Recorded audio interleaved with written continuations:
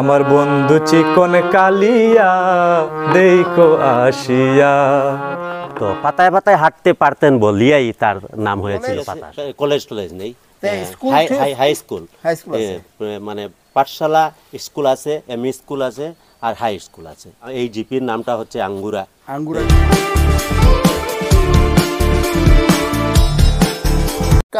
শুভ সকাল, আমি বরুণ। আর এই মুহূর্তে আমি এসে গেছি চাঁদবাড়ি গ্রাম, যেটা করিমগঞ্জ থেকে প্রায় 14-15 কিলোমিটার। করিমগঞ্জ বলতে শ্রীভূমি, বর্তমান নাম শ্রীভূমি। আর শ্রীভূমি থেকে 15-16 কিলোমিটার দূর অবস্থিত যে গ্রাম চাঁদবাড়ি। আর এখানে বাইক থেকে নেমেই চোখের সামনে পড়ে গেল একটা কালী মন্দির, চাঁদবাড়ি। এই সেই কালী মন্দির, এই সেই কালী মন্দির। আর এই কালী মন্দিরের দিকে এগিয়ে যাচ্ছি। এই সেই কালীবাড়ি, শ্রী শ্রী কালীবাড়ি গ্রাম চাঁদবাড়ি। তো আমি এগিয়ে যাচ্ছি টিলাভূমির দিকে, টিলা। আর এই মেটে টিলার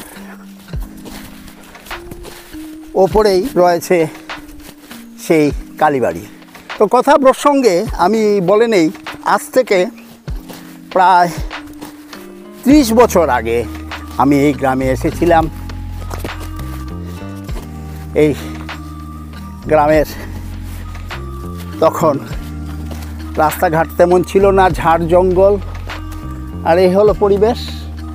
আর ওই দিকে আমি এসেছি, এই উঠে এসেছি এই দিকে।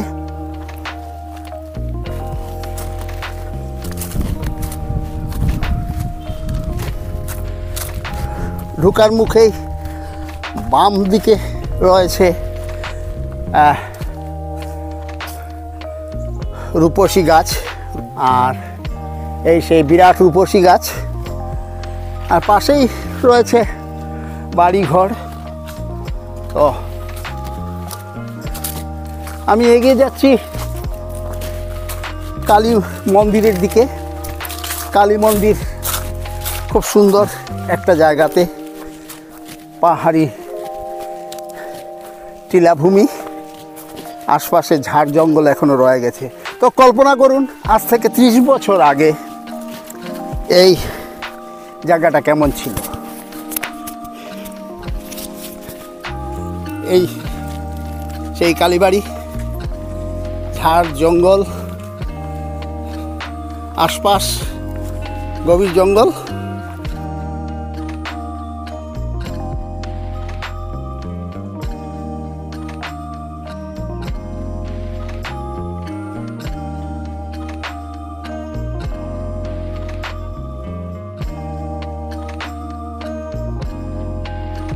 শুভ নামটা তোমার?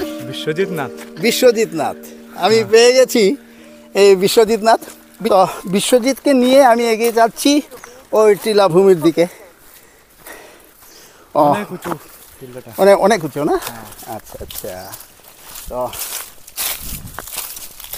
আমি আজ থেকে 30 বছর আগে এই ঝাড় জঙ্গল নিয়ে, আমাকে দুটা মেয়ে, ওরা দু বোন, বোনের নামটা ঠিক মনে নেই, মনে পড়ছে না, ওরা নিয়ে এসেছিল আমাকে এই কালীবাড়ি, কালী মন্দির দেখাতে। তা আমি এখান থেকে কালী মন্দিরটাকে দেখাচ্ছি।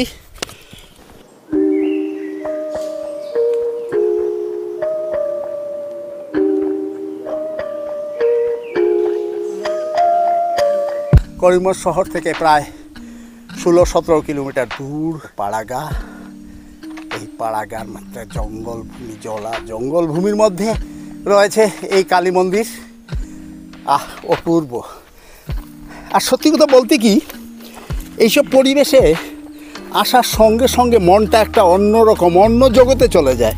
আমি যতটা জঙ্গল, ঝাড় জঙ্গলে গিয়েছি, যত মন্দিরে গিয়েছি, সব মন্দিরে আমার অনুভূতি, আমার অভিজ্ঞতা এটাই বলে যে সত্যি আমাদের চাওয়া পাওয়ার জগৎ থেকে বেরিয়ে এসে কিছুটা সময়ের জন্য একটা শান্তির পরিবেশে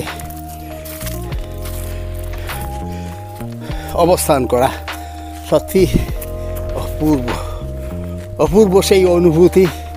যারা ভুক্তভোগী মতো ঘুরে বেড়ান যাই ঝাড় জঙ্গলের মধ্যে, উঠতে পারছেন, আমার শ্বাস এখনও খুব কষ্ট হচ্ছে, আর হবে না কেন। I am now near about 70 years old man. তো আমি একটা কথাই ভাবি, বয়সটা শুধু দেহেতে ধরে, মনের বয়স। ওই যে পাহাড় দেখতে পাচ্ছেন, মানে রাত্রে হলে এখান থেকে মানে করিমগঞ্জের বাইপাসের যে রাস্তা আছে আচ্ছা আচ্ছা, সব গাড়িগুলা দেখতে পাওয়া যায়। রাত্রে হলে লাইট উইট দেখতে ও ওই দিকটাই করিমগঞ্জ। হ্যাঁ ওই দিকটা। ওই যে দূরে আমি একটু জুম করছি, ওই যে দেখা যাচ্ছে। আর ওই যে একটু একটু কুয়াশার মতো একটি পাহাড় দেখা যাচ্ছে, এটি হচ্ছে মেঘালয়, সম্ভবত মেঘালয় পাহাড়। এই পরিবেশে ঘুরে দেখা যে কি আনন্দ, আমি I have no language no. তো এই হলো তার পরিবেশ। তো আমি মন্দির দর্শন করার আগেই ঢুকে পড়েছি, আপনাদের নিয়ে এসেছি বাইরে। শ্রী শ্রী সর্বজনীন কালীবাড়ি কমিটির সিদ্ধান্ত অনুসারে নীতি নির্দেশিকা নিম্নরূপ এটসেট্রা রয়েছে। কালী মন্দির বন্ধ, ছোট্ট মন্দির, এবং পূজারি পূজা দিয়ে হয়তো চলে গেছেন। তো আমি তেমন ফুল ভিউজটা দেখাতে পারছি না। রয়েছে শিলা, ওপরে কালীর মূর্তি, আর ওখানে গৌরাঙ্গ মহাপ্রভু, আর ওদিকে কালী মাতা। একটা ছোট্ট বেদির মধ্যে রয়েছে, আর ওইদিকে রয়েছে বিশেষ করে শিব মন্দির। শিবরাত্রির সময় এখানে বিভিন্ন গ্রাম থেকে এখানে অনেক গ্রাম থেকে এখানে বেল দুধ এগুলো শিবরাত্রির সময় মানুষ এনে দেয়। অনেক ভিড় হয় শিবরাত্রির সময় এখানে এই মন্দিরে। তাছাড়া কি আর অন্য কোনো অনুষ্ঠান হয় নাকি এখানে? হ্যাঁ, ওই যে মকর সংক্রান্তি আসছে, ওই দিন সকালে এখানে বিরাট বড় কীর্তন হয়। আচ্ছা, মকর সংক্রান্তিতে হ্যাঁ, অনুষ্ঠান হয়। মাড়ুয়া চানবাড়ি দুনো গ্রাম মিলে আর কি এখানে অনেক বড় একটি কীর্তন হয়।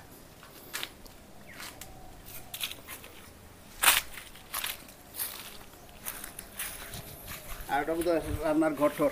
হ্যাঁ, এখানে কোনো উৎসব হলে এখানে রান্না করা হয় আর কি। এমনি কোনো পূজারি থাকেন না?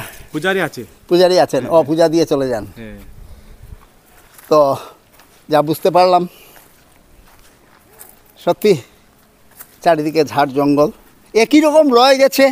সেই স্মৃতির পাতায় যে 30 বছর আগের যে দৃশ্য যা মনে পড়েছিল, স্মৃতিতে রয়ে গেছিল। তখন একটা সাধারণ ক্যামেরা নিয়ে আমি এসেছিলাম, তখন এই মণ্ডপটা এরকম ছিল না, বাঁশ কাঠের ছিল। মন্দিরটা মোটামুটি এরকমই ছিল। আর তখন কি বট গাছগুলো ছিল এখানে? বটগাছ, আরও গাছগাছা ছিল ওইদিকে, বেশ কিছু গাছগাছা ছিল। মেঝেটা খুব পরিষ্কার পরিচ্ছন্ন, পরিষ্কার। এখন তো একটু অন্যরকম হয়ে গেছে, তবু বিশেষ কোনো পরিবর্তন হয় নাই। আশপাশে এইরকম ঝাড় জঙ্গল ছিল, তো এইগুলা লাগানো গাছগুলা নেই, ছিল না। আচ্ছা চলো, আর কি আছে এখানে বললে? এখানে আরেকটি আছে, এখানে বাসাবাড়ি আছে। কোন দিকে যেতে হবে? আচ্ছা, তো এটাও বিশ্বজিৎ বলল যে এইদিকে আরেকটা পুরনো বাদশা বাড়ি। বাদশা বাড়ি বলতে কোনো পীরের দরগা টরগা নাকি? আচ্ছা, মুসলিম সমাজের যে পীর সুফি, ওনাদের একটা মুকাম বা ইয়ে, ওটাকে তারা বাদশা বাড়ি বলে, যেখানে বাসাবাড়ির পরিবেশটা অনেক সুন্দর। সত্যি এই যে যাচ্ছি এই পাহাড়ের ঝাড় জঙ্গলের মধ্যে দিয়ে রাস্তা, বাহ বাহ, দারুণ লাগছে, দারুণ দারুণ দারুণ। কি কেউ সাফাই টাফাই করছে বোধহয় না?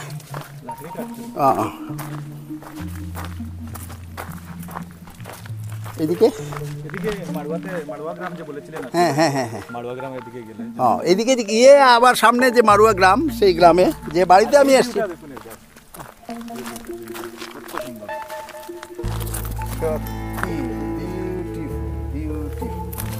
সত্যি ভাবাই যায় না, দারুণ দারুণ দারুণ, অপূর্ব সুন্দর। আর উইন্টার এখন, আর উইন্টার সিজনে যদিও গাছগাছড়াগুলা একটু অন্য ধরনের হয়ে যায়, একটু ঝিমিয়ে পড়ে কুয়াশার কাতরতায়, হয়তো আমাদের মতো মানুষের মতো ওদেরও গায়ে শীতের প্রকোপ, কিন্তু বর্ষার সঙ্গে সঙ্গে, সামারের সঙ্গে সঙ্গে, মনসুনের সঙ্গে সঙ্গে ওরা সজীব জীবন্ত হয়ে ওঠে, সবুজ আর সবুজ। এখন পুরা বাদামির রং একটা। তো চলো ওই দিকে যাই, বিশ্বজিৎ। তো এগিয়ে যাচ্ছি।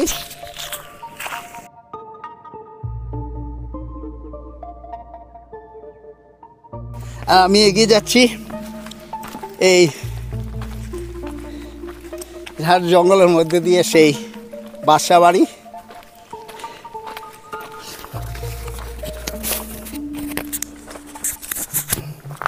এই বাসা বাড়ি বর্ষার সময় তো জল কাদা না, না পাহাড়ের টিলাভূমিতে তেমন জল কাদা হয় না। জাস্ট 15 মিনিটস বা half an hour already everything. প্রতি বছর একবার আর কি, হ্যাঁ মানে এই পাহাড়ে জঙ্গলের মধ্যে একটি বাঘ বের হয়।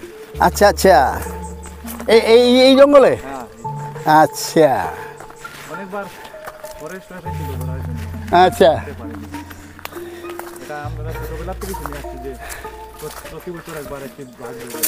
আচ্ছা।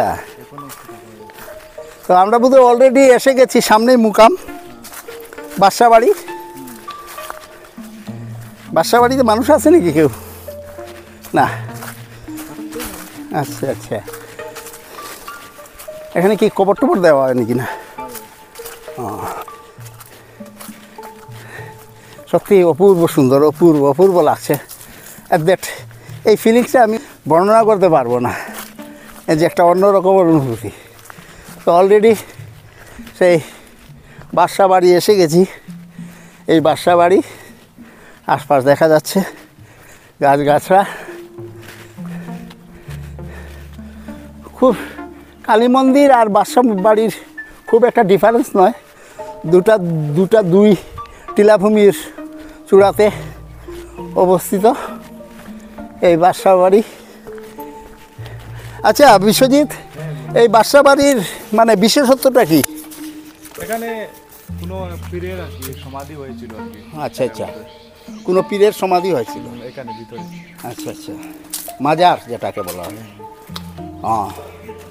আচ্ছা আচ্ছা, এখানে নাম জানতে কালেকশন করতে পারলাম না। বিশ্বজিতের জানা আছে কি না? জানা নাই না এখানে। আচ্ছা আচ্ছা, পরবর্তীতে গ্রামের কারো অভিজ্ঞ মানুষের কাছ থেকে জেনে নিতে পারবো। তো এখানে দুইটা সমাধি দেখা যাচ্ছে, এই একটা আর ওই আরেকটা, দুইটা সমাধি।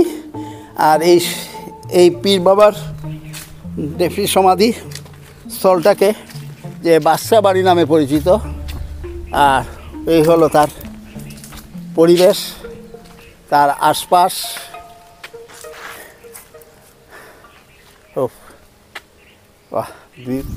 বিশেষ করে যে দুইটা স্থান, যে দুইটা জায়গা আমি তুলে ধরলাম, একটা হলো সেই ঝাড় জঙ্গলে আবৃত শ্রী শ্রী কালী মন্দির,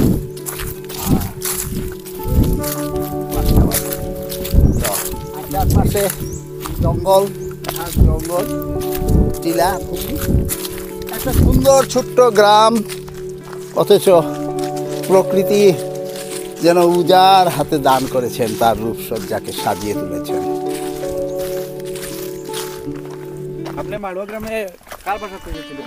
আমি এসেছিলাম সুরজিৎ নাথ, শিক্ষক মাস্টার। আর মারা গিয়েছেন? হ্যাঁ, আর আজকে একটা যার সঙ্গে দেখা করতে এসেছিলাম, যার বাড়িতে উঠেছিলাম তখন, তো এখানে এসে নিলামবাজার আমি যখন অ্যাড্রেসটা কালেকশন করছিলাম তখন একটা মেয়েকে জিজ্ঞাসা করলাম, যে ও বলল যে উনি তো মারা গেছেন 7-8 মাস আগে। সত্যি আমার কাছে খুব বেদনার। উনি যেখানেই থাকুন ওনার আত্মার সদ্গতি কামনা করি। আর তো ভাবছিলাম ওনার কাছ থেকে ওনার গ্রাম সম্বন্ধে কিছু জানবার চেষ্টা করব, কিন্তু এসেই শুনলাম উনি ওই মুকাম এবং কালী মন্দির থেকে ঘুরে এসে চলে এলাম বিশ্বজিতের বাসা, এই বিশ্বজিতের বাড়ি। আর বিশ্বজিতের বাড়ি টিলাভূমির মধ্যে, তো অনেক দিনের পুরনো বাড়ি বোধ হয় তোমাদের। আচ্ছা আচ্ছা, যে ডিজাইন এটা দেখেই মনে হচ্ছে যে অনেক পুরনো। বাবা বাবা, সুন্দর একটা মকর এবং পুরনো বাড়ি। বিশ্বজিতের দাদু তৈরি করেছিল। আর এগুলো নতুন কনস্ট্রাকশন, নতুন হয়েছে। তো নমস্কার নমস্কার। তো আপনি বোধহয় বিশ্বজিতের কাকা? হ্যাঁ হ্যাঁ, আমি বিশ্বজিতের কাকা। তো আপনার শুভ নামটা? আমার নামটা হলো শ্রী বাবলুনাথ। শ্রী বাবলুনাথ। হ্যাঁ। আচ্ছা, আপনার দাদুর? না, এটা আমার বাবার বানানো। আপনার বাবা? আচ্ছা, এটার এইজ প্রায় 70 ইয়ার হয়ে যাবে, 70 বছর আগে আগের। হ্যাঁ। আচ্ছা আচ্ছা। তো আপনাদের যে এই যে গ্রামে যে কালীবাড়ি, হ্যাঁ, আপনি তো জন্ম থেকে এই গ্রামে। হ্যাঁ হ্যাঁ। আর আমি 31 বছর আগে এসেছিলাম এই গ্রামে। আচ্ছা আচ্ছা। হ্যাঁ, তো আমার নামটাও মনে ছিল না তখন, যে চাঁদবাড়ি। আমি এটাকে অন্য নাম একটা মনে মনে কল্পনা করে আচ্ছা, আচ্ছা, যাই হোক। তো এই কালীবাড়ি এবং এই বাসাবাড়ি যে মুকাম যেটা দেখে আসলাম, এই কালীবাড়ি বা এই বাসাবাড়ি সম্বন্ধে যদি কিছু বলেন। তো অনেক পুরানো দিনের কালীবাড়ি, মানে গ্রামের সবার কাছ থেকে কালেকশন করে, আচ্ছা, আচ্ছা। চাঁদা কালেকশন করে আমরা গ্রামবাসী এই মন্দিরটা বানিয়েছি। আচ্ছা, এই কালীবাড়িটা ছিল আরেকটু, এই যে কালীবাড়ির থেকে একটু সামনে একটা টিলা ছিল, প্রথমে সেখানে ছিল, প্রথমে ওইখানে ছিল, ওই টিলাতে ছিল। তো এই কালীবাড়ি এবং বাদশা যে পাতাসার মুকামের মিডিলের যে ইয়েটি, এটার মধ্যে ছিল। তো তখন টিনের ছালা দিয়ে 4টা বাঁশের কুটো দিয়ে এটা ছিল। তখন এক পাগল একদিন রাত্রে এই যে কালীবাড়ির কালী মন্দিরের ভিতরে যে শিলা যেটা আছে, এই যে সগুল একটা শিলা আছে না, লম্বার মতো, এই শিলাটা জঙ্গলের মধ্যে ফেলে দিয়েছিল। যখন ফেলে দিল, পরের দিন যখন লোকজন গেছে, আমাদের লোকজন গিয়ে তো দেখলো এইখানে তো আমাদের কালী মায়ের যে শিলা আছে সেটি নেই। তো নাই দেখে লোকজন খোঁজাখুঁজি, মানে শিলাটা পাগলটা ফেলে দিয়েছে। সো পাগল তো পাগল, সে বুঝে শুনে ফেলে নেই, না বুঝেই ফেলে দিয়েছে। আচ্ছা, এরপর গ্রামবাসী গিয়ে যখন দেখলো পরের দিন যে এইখানে কালীর যে শিলা যেটা আছে সেটা নেই, তো খোঁজাখুঁজি করে, অনেক খোঁজাখুঁজি করে পাওয়াও যায়নি। আচ্ছা আচ্ছা। তারপর ওই দিন রাত্রে এই কালীবাড়ির সেবক ছিলেন আমার বাবার মামা, উনি ছিলেন। উনি রাত্রে স্বপ্নে দেখলেন, স্বপ্নযুগে দর্শন করলেন যে আমি এইখানে আছি, তোমরা সব গ্রামবাসী এসে আমাকে নগর কীর্তন করে নিয়ে আমাকে ওই জায়গা থেকে সেই টিলাতে নিয়ে স্থাপন করো। ও তারপর সব এই বাড়ি, আপনার শুভ নাম কি? নাম আপনার? আচ্ছা আচ্ছা, এই বাড়ি আপনার? হ্যাঁ। আচ্ছা, তারপর যখন এই শিলাটি উনি স্বপ্নযুগে দর্শন করলেন যে আমি ওইখানে আছি, আমাকে সমস্ত গ্রামবাসী এসে কীর্তন করে নিয়ে যাও। আচ্ছা। তাই সমস্ত গ্রামবাসী মিলে ঠিক যে জায়গায় স্বপ্নটি দেখেছিলেন সেই জায়গায় গিয়ে পাওয়াও গিয়েছে। আচ্ছা আচ্ছা, তারপর যে আপনি এই যে বাসাবাড়ি পাতাসা মুকাম, এটার পাতাসা মুকাম এটা, হ্যাঁ। তো পাতাসা মুকামটার নাম হওয়ার কারণ আমরা বাবা কাকার মুখে শুনেছি, একজন খাদিম এখানে ছিলেন, উনি নাকি পাতায় পাতায় ডালে ডালে হাঁটতে পারতেন। তো পাতায় পাতায় হাঁটতে পারতেন বলিয়াই তার নাম হয়েছিল পাতাসা। এবং পাতাসা, পাতাসা না, পাতাসা। পাতাসা, এই যে গাছের পাতা আছে না, ওই গাছের পাতায় পাতায় হাঁটতে পারতেন উনি। আচ্ছা, সুন্দর একটা কথা। যে আমি ভাবছিলাম যে বাতাসা, না, না। কিন্তু ওনার আসল নাম হলে পাতাসা। পাতাসা, কারণ উনি পাতায় পাতায় হাঁটতেন। এই কারণে মানে লোকমুখে, দ্যাট ইজ একটা গল্প, লোককথা, যে এই মুকামের যে খাদিম মানে যে যিনি বাদশাহ ছিলেন, যে সুফি সাধক ছিলেন, মুসলিম সাধক ছিলেন, উনি গাছের ডালে ডালে পাতায় পাতায় হাঁটতেন। এটাই মুখের কথা, এই জন্যই ওনার নাম হয়েছে পাতাসা। পাতাসা। হ্যাঁ, আচ্ছা, ওইটাই। তারপর তো উনাকে যে ভিতরে যে দুটা মুসলিম লোকরা মাজার বলে, এই মাজারের মধ্যে পাতাসাকে সমাধিস্থ করা হয়েছে। আরও একজন কে ছিলেন, দুইটা আছে তো, দুইটা হয়েছে। এরপর আরে যত খাদিম এখানে আসতো, বর্তমানে খাদিম আছে, তথাপিও ততটুক তত্ত্বাবধান নিচ্ছে না, মোটামুটি একটা তত্ত্বাবধানে আছে, একটা কমিটিও আছে। আর এদের আর পুরানো যারা খাদিম ছিল তাদের সমাধিস্থল এখানে অনেক সমাধি আছে।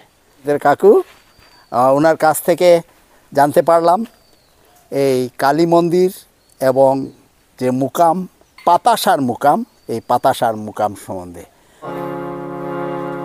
গল্প করতে করতে চাটা খেয়ে নিলাম বিশ্বজিতের বাসাতে, বিশ্বজিতের ঘরে। আর বিশ্বজিৎ একটু গান টান করে। তো বিশ্বজিৎ, ওর একটা পেজ আছে, বিশ্বজিৎ নাথ, হ্যাঁ, ফেসবুক পেজ, ফেসবুক পেজ, এটা নাম বিশ্বজিৎ নাথ ফেসবুক পেজ। আপনারা ওর পেজে পাবেন। ও গান করে, তাই বললাম যে এই সুযোগ একটু গান শুনে নেই বিশ্বজিতের কাছ থেকে। তো বিশ্বজিৎ, হ্যাঁ, তুমি একটা শোনাও আমাদের। কি শোনাবে? তো বিশ্বজিৎ একটা লোকগীতি গান শোনাচ্ছে, শুনি। হ্যাঁ, ঠিক আছে। আমার বন্ধু চিকন কালিয়া দেখো আসিয়া, আমার বন্ধু চিকন কালিয়া দেখো আসিয়া, আমি কেমন আছি পরের ঘরে তোমার পাশরিয়া, কেমন আছি আমি, কেমন আছি পরের ঘরে তোমার পাশরিয়া দেখো আসিয়া, আমার বন্ধু চিকন কালিয়া দেখো আসিয়া, আমার বন্ধু চিকন কালিয়া দেখো আসিয়া।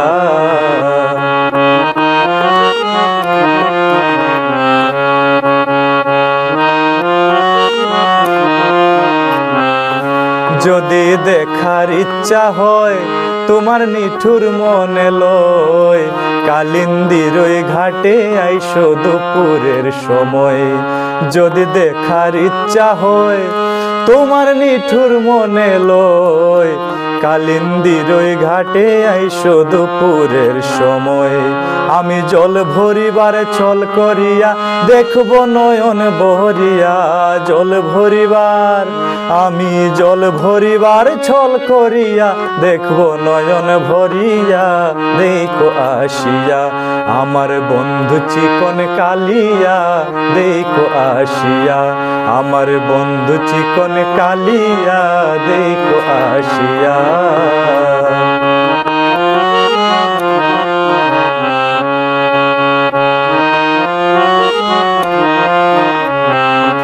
আমার নিঠুর মনোহর যদি পাই তোমার লাগর, খুলিয়া কইতাম তোমারে পরাণের খবর। আমার নিঠুর মনোহর যদি পাই তোমার লাগর, খুলিয়া কইতাম তোমারে পরাণের খবর।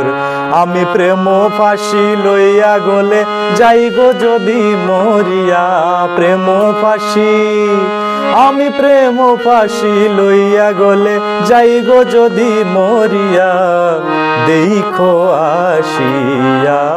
মন যখন জাগলে না রে, ও তোর মনের মানুষ এলো দ্বারে, মন যখন জাগলে না রে, তার চলে যাওয়ার শব্দ শুনে ভাঙলো রে ঘুম, ও তোর ভাঙলো রে ঘুম অন্ধকারে মন যখন জাগলি না রে। ও তোর মনের মানুষ এলো দ্বারে মন যখন জাগলি না রে।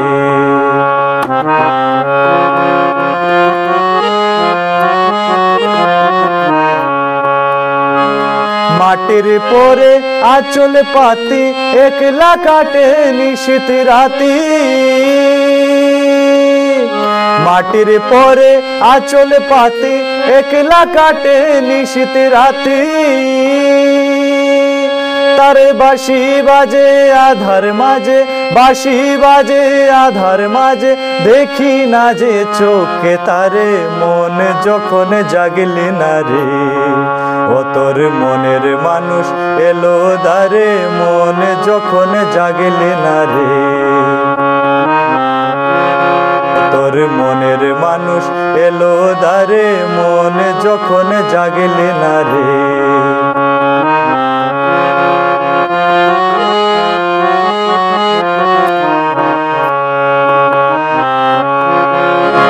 ওরে তুই যাহারে দিলি পাখি খুঁজে তারে পায় কি আঁকি, তুই যাহারে দিলি পাখি খুঁজে তারে পায় কি আঁকি। এখন পথে ফিরে পাবি কিরে, পথে ফিরে পাবি কিরে, ঘরের বাহির করলি যারে মন যখন জাগলি না রে।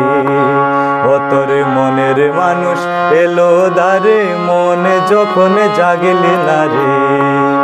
তার চলে যাওয়ার শব্দ শুনে ভাঙলো রে ঘুম, ও তোর ভাঙলো রে ঘুম অন্ধকারে মন যখন জাগলি না রে। ও তোর মনের মানুষ এলো দ্বারে মন যখন জাগলি না রে, যখন জাগলি না রে। ও তোর মনের মানুষ এলো দ্বারে মন যখন জাগলি না রে। ও তোর মনের মানুষ এলো দ্বারে মন যখন জাগলি না রে।